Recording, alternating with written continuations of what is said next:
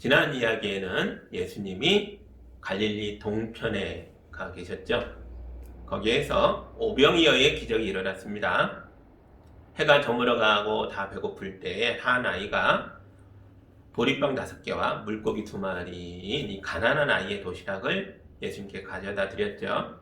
예수님은 이 아이의 도시락을 받아들고 감격하셨습니다. 너무 감사해서 하늘을 향해 하나님께 감사하고 또 감사하신 다음에 이 아이의 도시락을 모두에게 나눠주셨죠.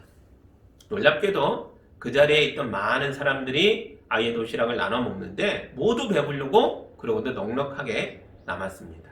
이걸 오병이어의 기적이라고 부르죠. 그때 예수님 앞에 한 2만 명 정도가 있었다 그랬죠. 성경 기록에는 장성한 남자 어른만 5천 명이다 했으니까요. 여자와 아이들을 합하면 2만 명은 됐을 겁니다. 그 중에 이 힘센 남자들이 5천여 명이 함성을 질렀습니다. 예수를 우리의 왕으로, 예수를 우리의 왕으로 이렇게 외쳤죠. 광야가 아주 쩌렁쩌렁 울렸을까요? 이 사람들의 외침 언제예요? 먹고 배부른 다음이잖아요. 실컷 먹고 힘이 생기니까 얼마나 크게 외쳤겠어요. 저 같으면 2만 명이 이렇게 외쳐주면 너무 좋아서 정신을 못 차렸을 거예요. 교회는 일할 사람이 늘 부족하잖아요. 우리 교회에 교인이 한 200명만 돼도 우리 정말 많은 일을 할 수 있을 거예요. 그런데 2만 명입니다. 이 정도의 사람이 예수님을 왕으로 모시겠다고 외쳤다면 저 같으면 야, 이 정도의 사람이면 진짜 놀라운 일을 할 수 있겠다. 그런 생각을 했을 것 같아요. 그런데 지난주에 무슨 소식들이 들려왔습니까? 교회에 사람들이 아무리 많이 모여 있어도 이들이 올바른 생각을 갖고 있지 못하면 그게 더 큰일이다 라는 걸 뉴스를 통해 봤죠. 우리나라엔 전국적인 규모를 가진 기독교 단체들이 많이 있습니다. 선교단체도 있고 또 기독교 교육을 하겠다는 여러 비인가 학교들도 있었는데 최근에 이들 중에 일부가 바이러스 확산의 온상이 되어버렸습니다. 이런 엄중한 시기에 이들이 왜 모임을 강행했을까요?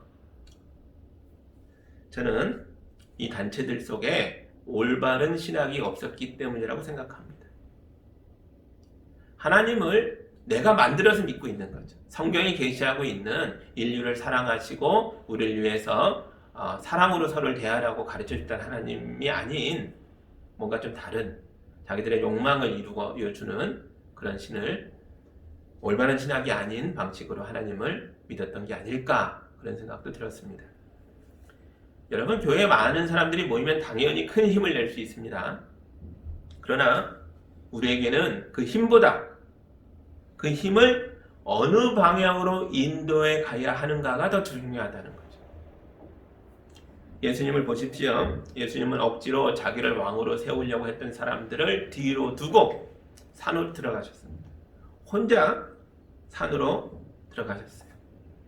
예수님이 산에서 뭘 하셨을 것 같아요? 여러분 생각에 예수님이 산에서 뭘 했을 것 같습니까? 혼자 산에서 밤에 들어갔잖아요. 저녁에 들어가서 밤새도록 뭔가를 하셨겠죠. 뭐 했겠어요? 성경 곳곳에 예수님이 이런 혼자 된 시간을 보내는 장면들이 나오죠. 그 시간들을 항상 성경이 얘기합니다. 기도하셨다라고 말해요. 예수님은 하나님께 기도하셨습니다. 그리고 깊이 묵상하셨고 많은 생각들을 하셨죠. 이런 깊은 기도와 묵상을 통해서 내가 하나님의 뜻대로 올바르게 걸어가고 있는지를 계속해서 점검하셨던 거죠. 여러분, 이게 바로 올바른 신학입니다. 신학은 하나님의 뜻에 대한 깨달음이에요. 하나님은 어떤 분이신가? 우리에게 어떤 말씀을 하셨는가? 그분이 우리에게 계시한 건 뭔가? 우리는 어떤 길을 따라가야 하는가? 그걸 끊임없이 질문하고 배우는 게 신학입니다.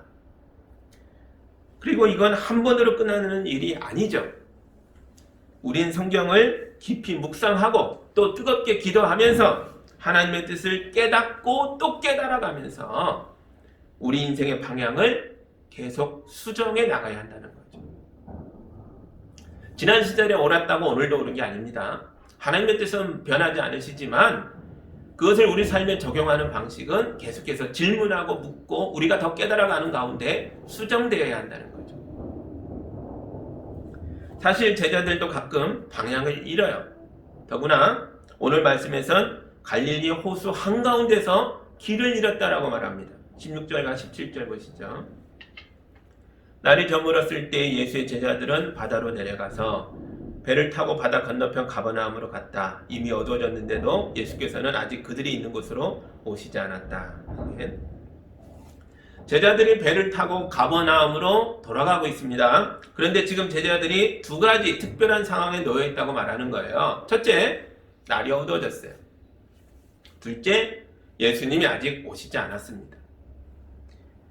그러니까 날이 어두워지는데 배를 띄는 게 얼마나 위험해요. 그리고 스승님이 안 왔는데 우리끼리만 가는 것도 좀 멋쩍잖아요. 이런 특별한 상황이 두 가지나 있는데도 배를 띄웠다고요. 돌아갔다고요. 캄캄한 밤이 다가오는데 왜 배를 띄웠을까요? 왜 이런 어리석은 선택을 할까요? 22절을 보면 그 이유를 짐작할 수 있습니다. 22절부터 24절 봅니다. 그 다음 날이었다. 바다 건너편에 서 있던 무리는 거기에 배 한 척만 있었다는 것과 예수께서는 제자들과 함께 그 배를 타지 않으셨다고 제자들만 따로 떠나갔다는 것을 알았다. 그런데 디베라에서 온 배 몇 척이 주님께서 감사기도를 드리고 무리에게 빵을 먹으신 곳에 가까이 닿았다. 무리는 거기에 예수도 안 계시고 제자들도 없는 것을 알고서 배를 나누어 타고 예수를 찾아 가버나움으로 갔다. 아멘. 이게 무슨 상황인지 이해가 되세요? 다음 날이었다는 거예요. 날이 밝았어요. 바다 건너편, 그러니까 예수님이 오병이어의 기적으로 많은 사람을 먹였던 그 자리에 여전히 사람들이 모여 있었다는 거죠. 집에 안 가고 밤새 거기 있었다는 거예요. 이 사람들이 거기서 뭐 했겠어요? 예수님이 산에 들어갔던 예수님이 돌아오기만 기다렸죠. 길목을 지키고 있는 거예요. 오면 어떻게 하려고요? 다시 잡아다가 왕으로 세우려고요. 그런데 아무리 기다려도 예수님이 안 오시는 거예요. 제자들이라도 남아있었다면 붙들고 물어봤을 텐데 제자들은 전날 저녁에 이미 배를 타고 가버렸어요. 그래서 가버나움까지 다시 호수의 둘레길을 따라 걸어가야 되나 고민하고 있는데 디베레, 가버나움의 밑에 있는 작은 도시예요. 거기서부터 배들이 온 거예요. 이 배들도 예수님이 거기 있다는 소문을 듣고 찾아온 배들이에요. 그래서 서로 만났죠. 그래서 예수님이 없어요. 제자들도 없어요. 그래서 어떻게 해요? 가버나움으로 돌아가셨나 보다. 가버나움에 예수님의 선교 본부가 있으니까요. 그래서 이 배들에 남아있던 무리들까지 함께 타고 다음날 가버나움으로 돌아왔다. 이런 이야기예요. 자, 이 배경을 잘 이제 이해하셨죠? 이 배경 속에서 여러분이 예수님의 제자다라고 생각해 보세요. 지금 예수님은 안 계신데 우리 예수님을 기다리고 있는 많은 사람들에게 둘러싸여 있다는 거죠. 이 사람들과 함께 밤새 여기 있어야 된다고 생각해 보세요. 굉장히 불편하겠죠. 야, 너희 선생님 언제 오시냐? 모르겠는데요. 제자가 돼서 그것도 몰라? 자주 이러시냐? 또 너희는 언제부터 예수님 따라다녔어? 너희에겐 예수는 어떤 존재야?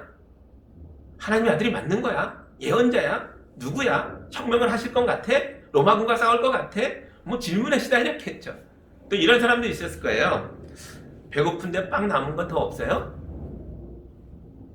맞아. 야식은 안 주는 거야? 저녁만 먹여주고 야식은 없어? 이런 사람들도 있었겠죠. 생각만 해도 엄청 불편하겠죠. 그래서 제자들은 이미 해가 저물고 날이 캄캄해졌어도 예수님이 아직 안 오시자 이 무리를 피해서 배를 타고 도망가 버린 거예요. 밤에 배를 띄우면 이런 멍청한 짓이 어딨냐 이렇게 생각할 수 있는데 사실 제자들은 바보가 아닙니다. 이 사람들이 무작정 배를 띄운 게 아니에요. 제자들도 다 계획이 있는 거죠. 제자들 중에 어부 출신이 많잖아요. 그것도 이 갈릴리 호수에서 어부 생활을 했던 사람들이에요. 누구보다도 이 호수에 대해서 잘 알고 있다. 자부할 만한 사람들입니다. 캄캄한 밤에 배를 띄워도 충분히 가버나움을 찾아갈 수 있다. 자신이 있는 거죠. 그리고 예수님이 아직 안 오셨다라는 것도 문제가 안 돼요. 갈릴리 바다는 진짜 바다가 아니고 호수니까요. 민물 호수예요. 그러니까 많은 무리가 예수님을 찾아올 때 했던 것처럼 예수님도 거꾸로 걸어서 오시면 돼요. 호수 둘레길을 따라 걸어 오면 가버나움까지 돌아오실 수 있어요. 그런 일이 한두 번 있었던 것도 같아요. 제자들이 걱정할 일이 아니었다는 거죠. 어쩌면 산에서 돌아오신 예수님이 큰 무리를 스스로 인솔하셔서 데리고 올 수도 있었겠죠. 저희들도 여러 판단을 하고 배를 띄운 겁니다. 저희들이 이런 생각을 하면서 무리를 피해 배를 띄워 캄캄한 밤에 노를 저어 가버나움으로 가고 있는데요. 배가 호수 한가운데쯤 왔을 때입니다. 그때 큰 문제가 터졌어요. 18절입니다. 그런데 큰 바람이 불고 물결이 사나워졌다.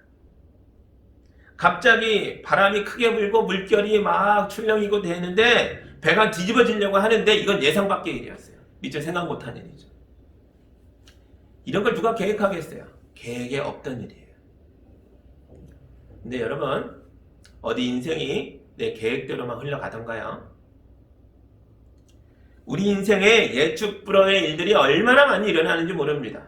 이런 바이러스가 전 세계에 퍼져나갈 줄 누가 미리 알았겠어요? 그러니까 여러분의 계획을 너무 믿지 마세요. 그리고 여러분, 제발 자기 경험을 너무 믿지 마세요.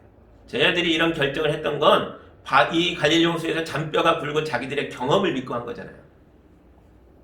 평생 호수의 어부로 살았지만 지금은 과거의 경험이 하나도 도움이 되지 않고 있어요. 가끔 인생을 너무 자신만만하게 보는 분들이 있으세요. 집사님, 기도하겠습니다. 그러면 이런 자신만만한 분들이 그래요. 목사님, 기도하지 않으셔도 돼요. 모든 게 계획대로 착착 잘 진행되고 있으니까요. 걱정하지 마세요. 자신만만한 분들을 봅니다. 뭐 나쁜 태도는 아니에요. 그러나 예측 불허를 예방할 수는 없다는 거죠. 그렇게 호락호락한 인생이 아닙니다. 제가 그럽니다.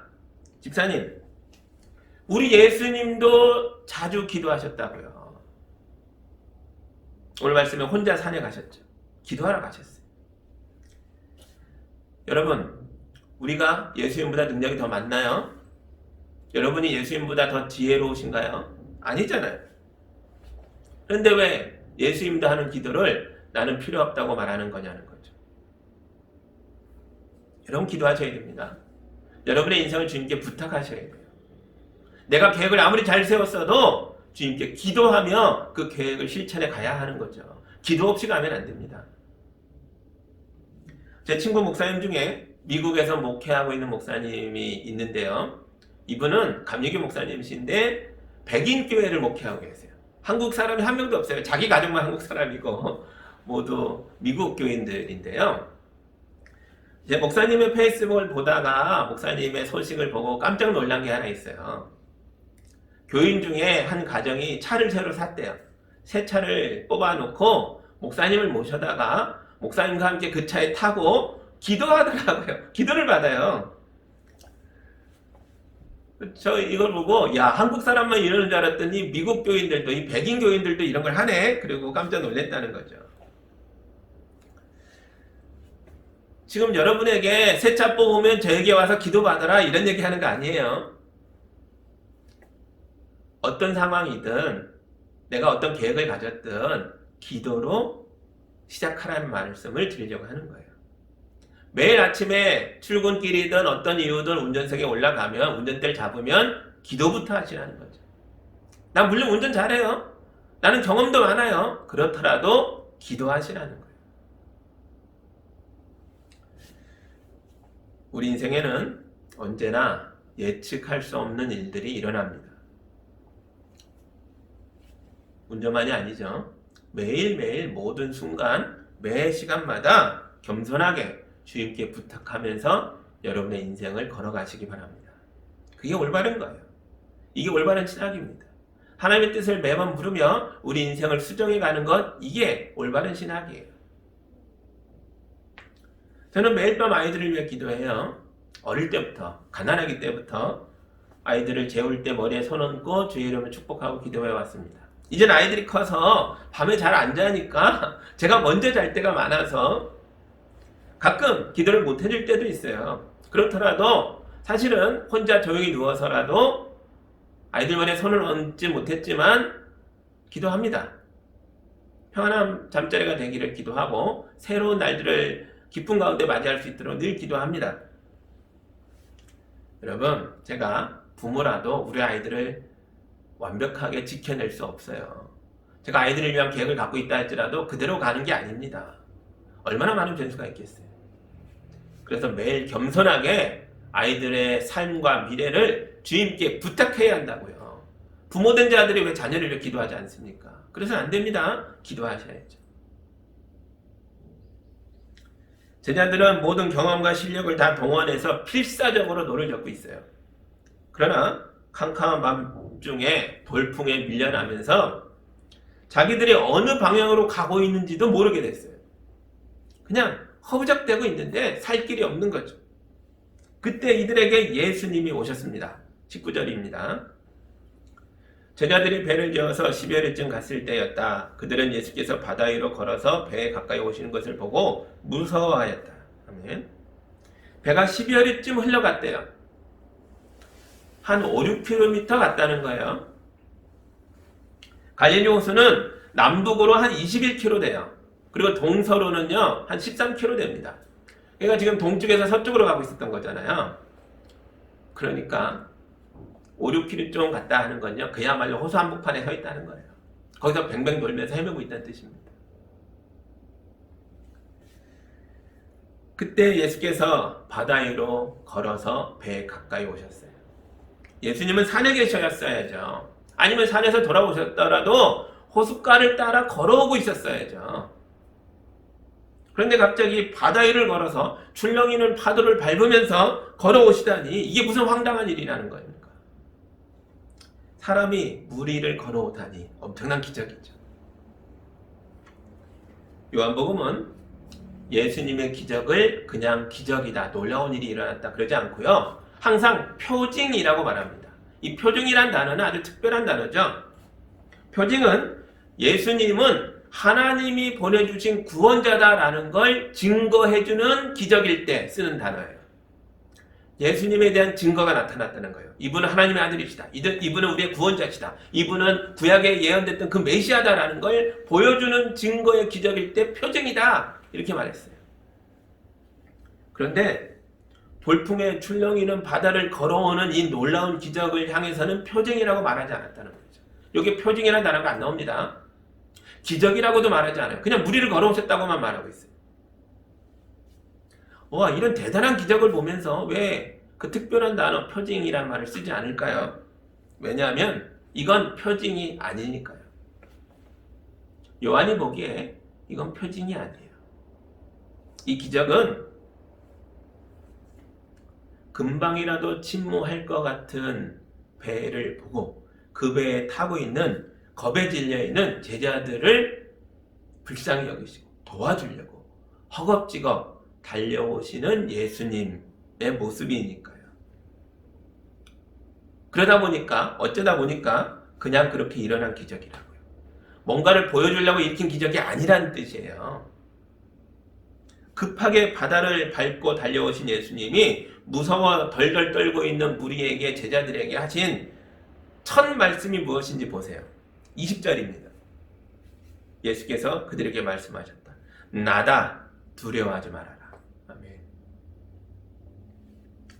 표징은 예수님이 하늘과 땅을 연결하는 분이시고 인류를 구원하는 우주적이고 세계적이고 어마어마한 역사적인 그런 분을 드러내는 거창한 사건이에요. 그런 기적이에요. 그러니까 물 위를 걸어오신 건 표징이 아니라고요. 이 어마어마한 기적은요, 우주적이고 세계적인 사건이 아니에요. 그럼 뭐예요? 대신 이 기적은요, 우리에게 표징보다 더 엄청난 의미를 가르쳐주고 있어요. 이 기적은요, 아주 개인적이고 아주 사적인 마음으로 제자들을 사랑하는 예수님의 모습을 보여주는 기적이에요.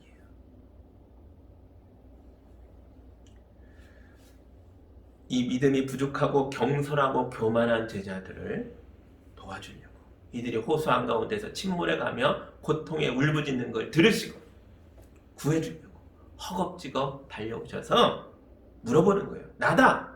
다들 괜찮니? 이젠 두려워하지 마. 내가 너희와 함께 있을게. 내가 왔다. 이 말씀이에요.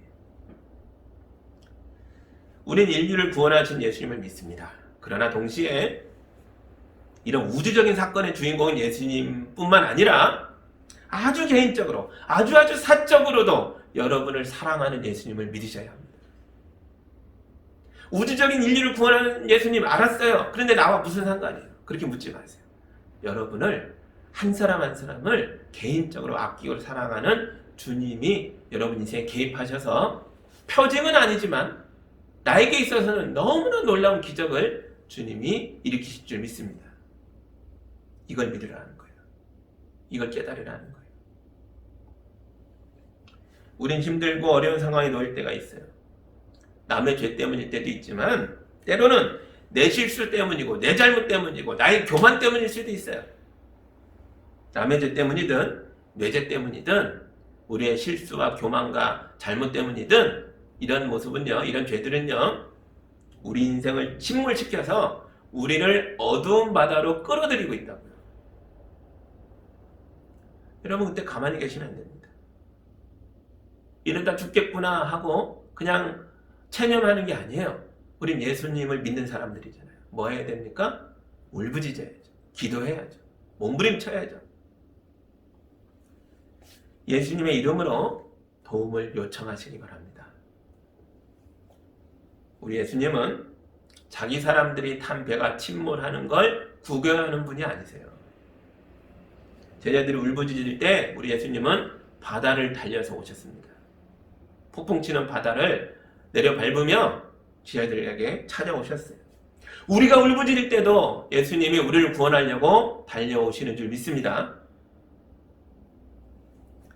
그리고 우리 예수님의 구원은 그냥 물에서 건져주는 거로 끝나지 않아요. 21절 보시죠. 그래서 그들은 기꺼이 예수를 배 안으로 모셔드렸다. 배는 곧 그들이 가려던 땅에 이르렀다. 아멘. 기적이란 말은 하나도 나오지 않지만 두 번째 기적이 여기 일어났어요. 뭐예요? 예수님이 이 배에 오르시자 이 배가 곧 가려던 땅에 도착했다는 거예요.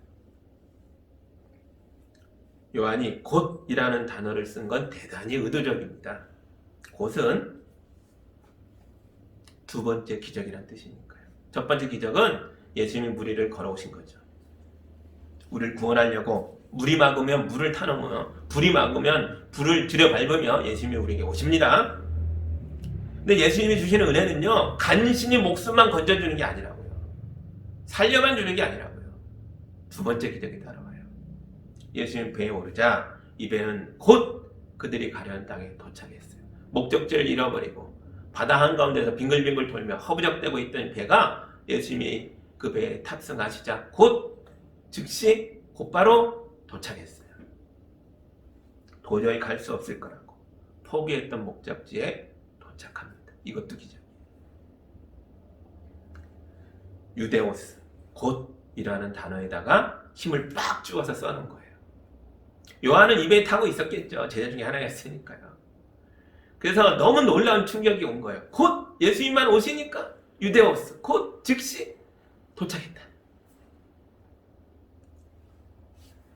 예수님은 우리를 물에서 건져주실 뿐만 아니라 우리의 인생 배가 해변에 안전하게 도착할 때까지 동행하시는 줄 믿습니다. 우리 생각엔 한참 나중에 먼 미래에나 좋아질 거라고 생각할지 모르나 그런 막연했던 생각들이 지금 곧 이 순간 여기에서 이루어지는 줄 믿습니다. 이게 믿음이죠. 지금 코로나로 수많은 일들이 일어나고 있어요. 대부분 사람들이요, 계획이 틀어졌다고 말하고 목표했던 일들이 늦춰졌다 그러고 멈췄다 그러고 멀리 돌아가는데도 언제 도착할지 모르겠다고 말하고 있어요. 학생들은 학업에 지장이 생겼고 회사는 생산성이 떨어졌고 어떤 회사는 문 닫은 위기에 몰렸고 자영업을 하는 분들도 엄청난 손실을 겪고 있어요. 우리 교회도 많은 어려움을 겪고 있어요. 그러나 우리 주님이 여러분과 함께하고 계시는 줄 믿습니다. 우리 생각에 모든 게 너무 막연하고 너무 멀리 있는 것 같고 도대체 언제예요? 라고 울부짖고 있는데요. 주님이 오시면 정말 이 모든 것들이 한순간에 유데오스 곧 단시간에 좋아질 때가 올 줄 믿습니다. 그러려면 뭐 해야 돼요? 예수님이 먼저 우리에게 오셔야죠. 그리고 우리는요, 예수님을 우리 배에 태워야죠. 제자들이 맞아들였다고 했잖아요. 예수님이 우리 인생으로 들어오셔야 합니다. 목사님 다 계획이 있어요. 저는 제가 알아서 할게요. 기도하지 않으셨대요. 이래갖고는 안 된다고요. 사실 예수님은 이미 우리 집 문 앞에 와 계세요.